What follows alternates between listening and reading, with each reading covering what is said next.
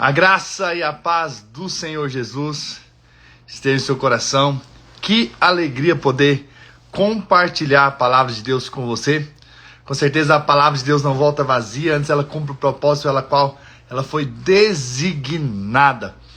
E hoje nós vamos continuar a nossa história sobre a igreja primitiva no livro de Atos. Tem sido dias poderosos. Todo esse mês nós estamos compartilhando o livro de Atos, na plena certeza de que Deus tem um mover para nós. Deus tem algo para fazer em nós e através de nós. E você faz parte desse mover. Por acaso que você entrou aqui, com certeza Deus quer falar com você. Amém? Vamos orar. Vamos pedir para que o Espírito Santo fale conosco por meio dessa palavra. Amém? Pai, nós voltamos o nosso coração para o Senhor, na plena certeza de que o Senhor nos ouve. Dá-nos discernimento espiritual. Abre os nossos olhos para vermos as verdades da Tua palavra. Sejamos edificados em o nome de Jesus. Amém e amém. Glória a Deus. Amém, pastor Geraldo. Deus te abençoe muito. Amém. Glória a Deus. Vamos compartilhar. Ali no capítulo 2 de Atos, nós temos a vida da igreja, como a igreja primitiva ela vivia naquele tempo e como é para nós, então, um exemplo, um modelo de igreja, de como nós devemos proceder como cristãos. Por isso é muito importante que nós venhamos a entender esse livro de Atos como um exemplo, como um padrão para nós, né? Como aqueles que vieram antes e tem algo a nos ensinar, tem um padrão de vida, né? Bom, lá em Atos 2, 42 até o 47 diz assim: E perseveravam na doutrina dos apóstolos, na comunhão, no partir do pão e nas orações. Em cada alma havia temor e muitos prodígios e sinais eram feitos por intermédio dos apóstolos.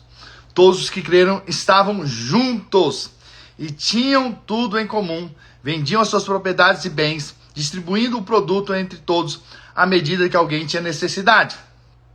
Diariamente perseveravam unânimes no templo, partiam o pão de casa em casa e tomavam as suas refeições com alegria e singeleza de coração, louvando a Deus e contando com a simpatia de todo o povo. Enquanto isso, acrescentava-lhes o Senhor dia a dia os que iam sendo salvos. Então, bom, aqui tem uma visão, na verdade, de como é a igreja, como deveria ser a igreja. Quais são, talvez, os pilares, aquelas colunas, coisas que são importantes na vida da igreja. Então, aqui, nesse texto que nós lemos, mostram algumas coisas que são fundamentais na vida da igreja e que nós precisamos viver isso hoje.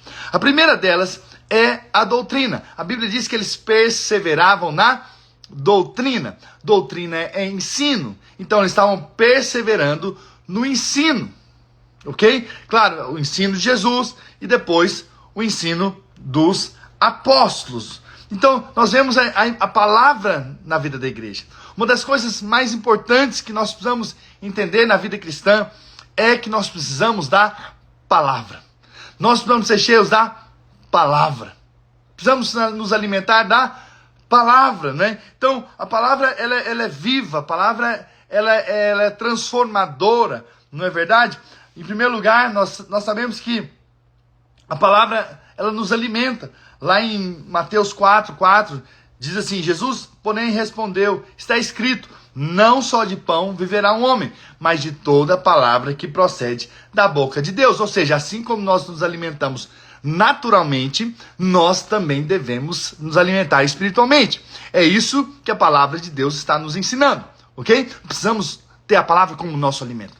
Eles perseveravam na doutrina, porque não é simplesmente entender um ensino, não é simplesmente ter um conhecimento natural da palavra de Deus, não. É mais do que isso. Quando nós estamos envolvidos com a palavra, na verdade nós estamos nos alimentando espiritualmente. E isso que é muito importante. Você se alimenta, assim como você se alimenta de coisas naturais, você também precisa do alimento espiritual. Lá em 1 Timóteo 4:6, Paulo diz a Timóteo: responda essas coisas aos irmãos, será bom ministro de Cristo Jesus, alimentando-o com as palavras da fé e da boa doutrina que tem seguido.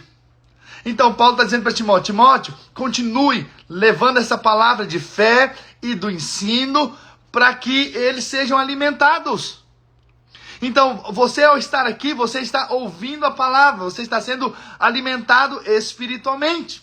Isso tem um poder espiritual. Não é simplesmente ouvir e saber um conhecimento. Eles não estavam simplesmente perseverando num conhecimento, mas eles estavam perseverando em se alimentar-se do Senhor a cada dia. Então, quando você também para ouvir a palavra, quando você para ler a Bíblia, com certeza você está trazendo para você mesmo alimento espiritual. E uma vez que você se alimenta espiritualmente, com certeza você vai ter uma vida abundante. Amém?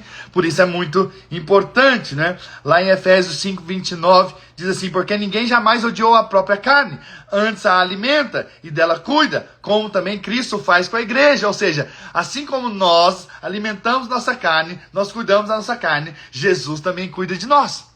Olha que texto precioso, né? Se nós alimentamos a nossa carne, nós cuidamos da nossa carne, Jesus, ele alimenta, ele cuida da igreja. Hoje mesmo ele está te alimentando espiritualmente. Eu sou apenas um canal, eu não sou a fonte, eu sou apenas o servo. Eu levo a palavra, mas é a palavra que te limpa, é a palavra que te alimenta, é a palavra que te dá força, é a palavra que te dá fé. É isso que é o poder da palavra de Deus. Lá em João 6, versículo 57 diz assim: assim como o Pai que vive me enviou, igualmente eu vivo pelo Pai. Também quem de mim se alimenta, por mim viverá. Uau! Então, qual que é a verdadeira vida? A verdadeira vida é aquela que nós, de fato, alimentamos de Cristo. E assim nós podemos viver a vida abundante. Jesus mesmo disse: eu sou o pão da vida. Quem comer de mim vai viver eternamente, vai ter uma vida eterna dentro de si. Aleluia! Então nós estamos aqui se alimentando de Cristo. Nós estamos aqui se alimentando da palavra de Deus. Mas a palavra de Deus, ela também nos ensina que a palavra não é também somente alimento, mas ela também nos limpa. Lá em João capítulo 15, versículo 3, diz assim: vós já estáis limpos pela palavra que vos tenho falado. E em 2 Timóteo 3,16 diz assim: toda a escritura é inspirada por Deus e útil para ensino, para repreensão, para correção, para educação da justiça, a fim de que todo homem seja perfeito e perfeitamente habilitado para toda boa obra. Uau! Esse é o agir de Deus. Esse é o trabalhar de Deus. Nós somos limpos pela palavra. Quantas vezes nós nos contaminamos com as coisas dessa vida? E aí então nós ouvimos uma palavra, e aquela palavra vem limpar a nossa mente, vem nos tirar tudo aquilo que estava nos afligindo. Talvez aquelas coisas que você ouviu, ou músicas, ou coisas que você permitiu que chegasse até você, mas quando a palavra de Deus vem, quando a palavra é liberada, quando você realmente recebe a palavra de Deus, há um limpar poderoso. Isso é glorioso, isso é o que Deus faz conosco. Olha o que a Bíblia diz em Efésios 5, versículo 25.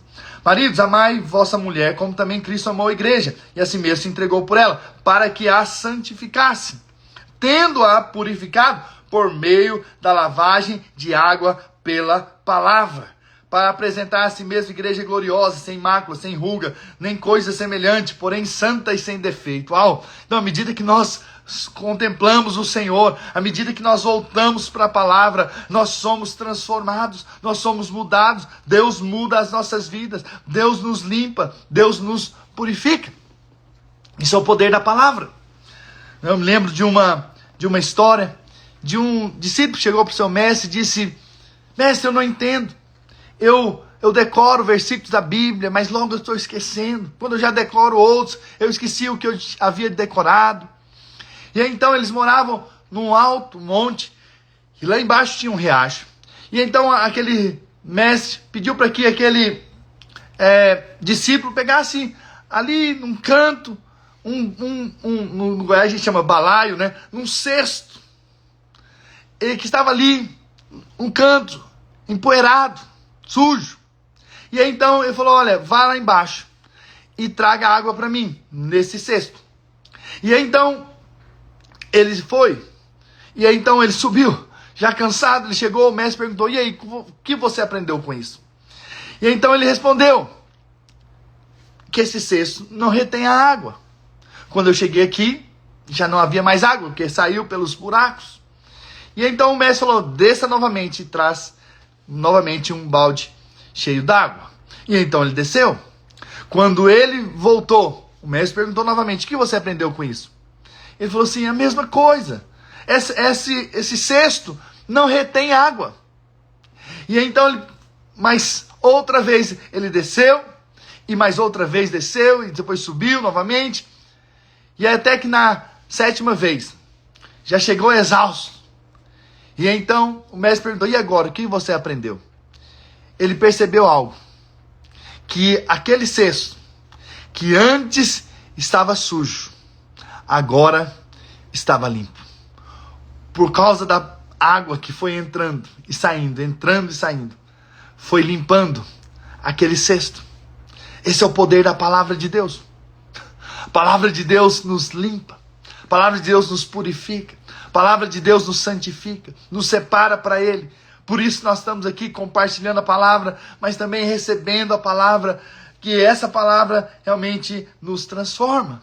Uau, isso é o poder da palavra de Deus. Amém, irmãos? Isso é glorioso.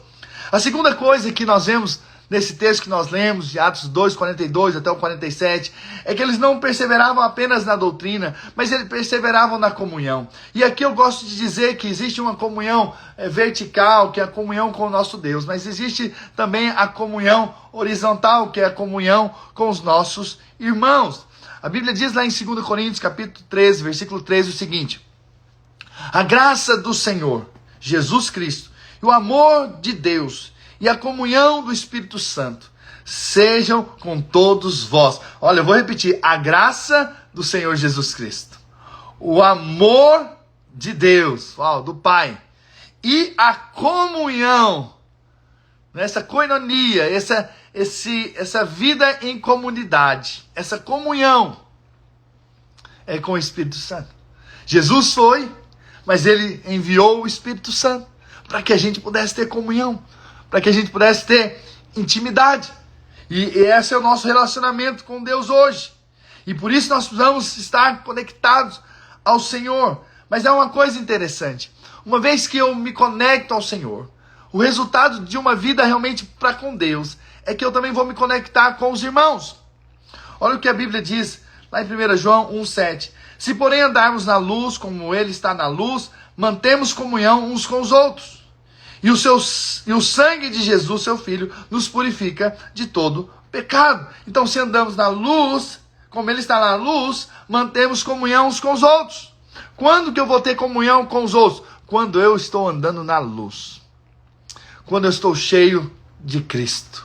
Quando eu estou cheio do Espírito. Quando eu estou em comunhão com o Espírito Santo. Num relacionamento com o Senhor. Com certeza eu também vou estar próximo dos meus irmãos. Eu vou estar junto com eles. Isso é o poder que faz com que nós estejamos juntos, em unidade. Então o Senhor nos ensina a andar em amor, a andar em unidade, né? E ter essa comunhão espiritual. Mas a Bíblia diz também que eles perseveravam também na oração. Oração é o meio pelo qual nós nos relacionamos com Deus. Então eu oro, eu converso com Deus, eu também percebo a voz de Deus por meio da oração, e aí você vai ver que também precisa perseverar na oração. Não só na palavra, não só na comunhão. Então tudo isso tem que perseverar. A gente não faz isso automaticamente. Nós precisamos perseverar. Perseverar na leitura, perseverar em ouvir a palavra, perseverar em ter comunhão com o Espírito Santo, perseverar em ter comunhão com os irmãos. Quando eu falo comunhão, não é simplesmente sair para comer um churrasco, ok? É mais do que isso. É estar juntos. É estar vinculado, né? Esse vínculo é andar realmente em comunhão. Precisamos perseverar nisso. Mas precisamos também perseverar na oração. E aí você vê que quando o Pentecoste veio, eles estavam, na verdade, o quê? Orando. Até que o Pentecoste viesse, eles estavam o quê? Orando. A Bíblia diz que eles oravam, né? Lá em Atos 1, versículo 14. Aqui a Bíblia diz que eles deviam perseverar na oração. Lá em Atos 3 diz que havia um horário em que eles costumavam orar. E a Bíblia também diz lá em Atos 4, 31 que eles eram cheios do Espírito Santo enquanto estavam orando. Pedro teve uma visão para ir lá na casa de Cornélio enquanto ele estava orando. Né? E também Cornélio estava orando. Não é? Então havia também um costume de se reunirem para orar. Está lá em Atos 12.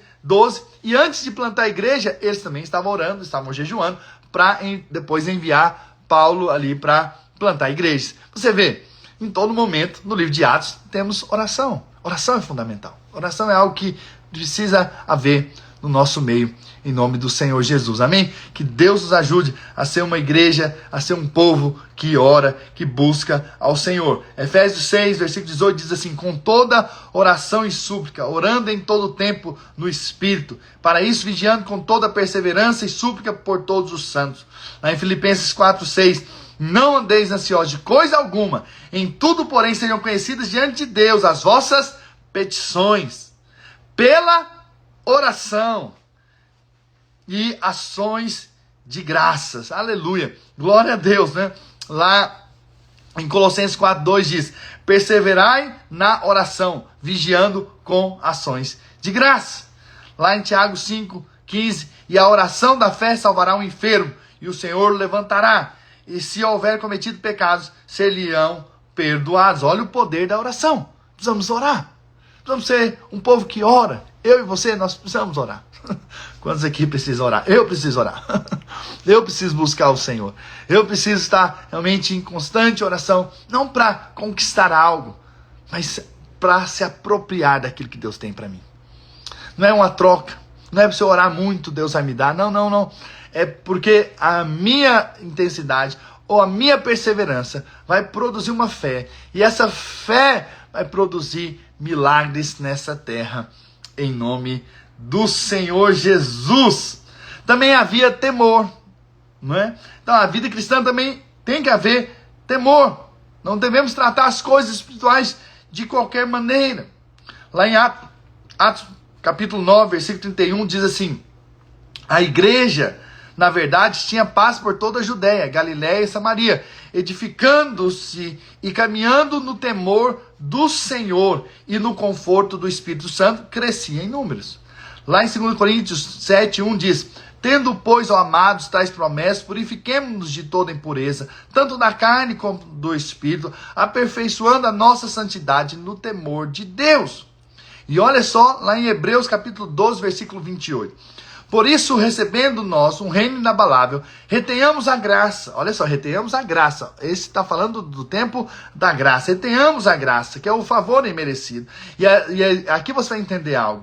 Pelo qual servimos a Deus de modo agradável, com reverência e santo temor. Porque o nosso Deus é fogo consumidor. Veja, no tempo da graça, no tempo do favor de Deus, nós não andamos de qualquer maneira.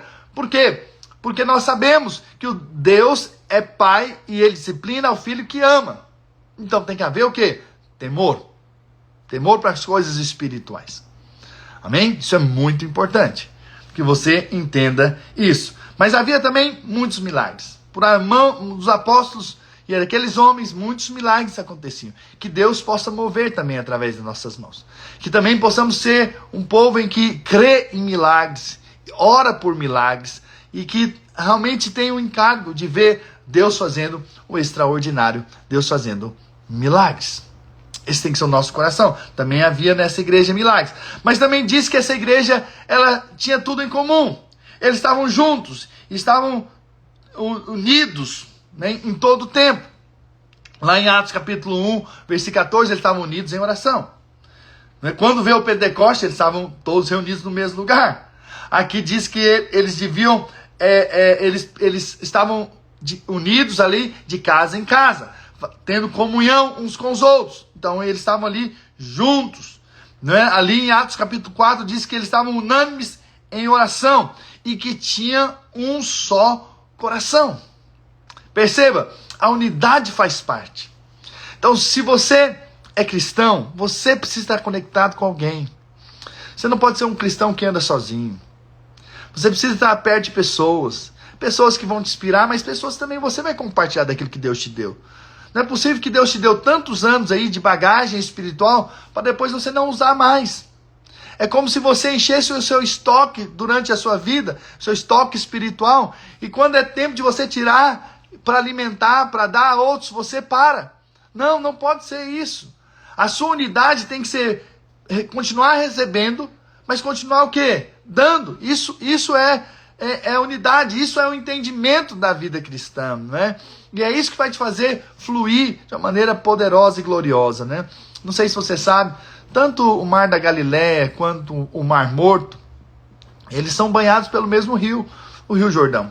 Mas qual que é a diferença? A diferença é que quando a água chega primeiro ali no Mar da Galileia, ela recebe aquela água, mas depois ela continua, ela transmite o rio continua ali, ok? É um grande mar de água doce, né? Pelo tamanho, chama-se de mar. Mas, sabe, a água vem, mas ele também libera, flui. Mas qual que é a diferença do Mar Morto, então? O Mar Morto, ele só recebe as águas, mas ele não compartilha. E por causa que aquelas águas têm muitos sais minerais, quando chega ali no Mar Morto e não dá, e não flui para outro lugar, então ali o mar, na verdade, se torna salgado e morto. Eu estive lá, literalmente. Não tem vida. Por quê? Porque recebe, mas não dá. Então, na unidade, eu sou conectado com alguém que me abençoa, mas eu também sou conectado com alguém que eu abençoo. E assim é a vida cristã. E é por isso que eu espero que você não ande sozinho na vida cristã. Você não ande simplesmente aqui na internet. Você se conecte com alguém. Se conecte à vida da igreja. Isso tem muito valor. Isso é muito importante. Né? Lá, 1 Coríntios 1:10 diz: rogo-vos, irmãos, pelo nome do nosso Senhor Jesus Cristo, que faleis todos a mesma coisa, e que não haja entre vós divisões. Antes, sejais inteiramente unidos na mesma disposição mental e no mesmo parecer. Aleluia. Também havia generosidade nessa igreja. Essa é uma igreja generosa, né? Eles vendiam o que tinham para contribuir, para dar, para oferecer, né? E nós sabemos que o padrão Paulo nos deixou, está lá em 2 Coríntios 9:6. Isso afirma que aquele que semeia pouco, pouco também ceifará, e o que semeia com fartura, com abundância também ceifará. Cada um contribua segundo tiver proposto seu coração. Você quer vender e dar? Faça segundo o teu coração. Não por tristeza. Não dá, não, vou dar isso só para aparecer. Não, vou dar só porque outros estão fazendo. Não.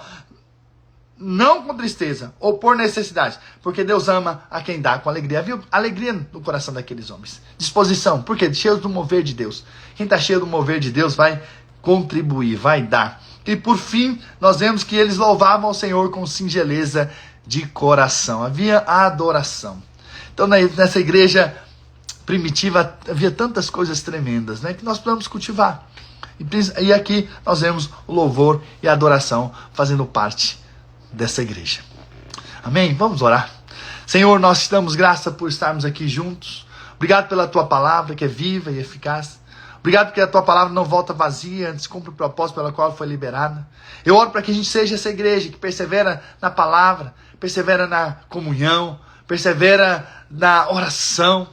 Essa igreja que anda em unidade, essa igreja que tem temor, essa igreja que vê os milagres, essa igreja que é generosa, essa igreja que adora o Senhor. Pai, dá-nos essa graça de vivermos as realidades espirituais como o Senhor deseja. Livra-nos de nós mesmos, livra-nos de andar pelos nossos próprios caminhos e decisões humanas, mas dá-nos a graça de estarmos juntos, conectados com outros irmãos, sendo abençoados e abençoando a outros. Dá-nos espírito de sabedoria e de revelação do pleno conhecimento da tua verdade. E que nossos olhos sejam abertos para vermos o Senhor e as coisas dos céus a cada dia mais. Em nome de Jesus. Amém. E amém. E amém. Glória a Jesus. Irmãos, que bênção poder ter compartilhado com você essa palavra. Espero que você agora seja um canal para fluir para outros. Lembra do Mar da Galileia, né? Recebe, mas também dá. Você possa encaminhar para alguém essa mensagem. Com certeza outros vão ser abençoados. Em nome do Senhor Jesus. Amém, irmãos? Que Deus te abençoe e que Deus possa te dar um dia cheio da glória, cheio da presença, cheio da vida dele. Em nome de Jesus. Um grande abraço.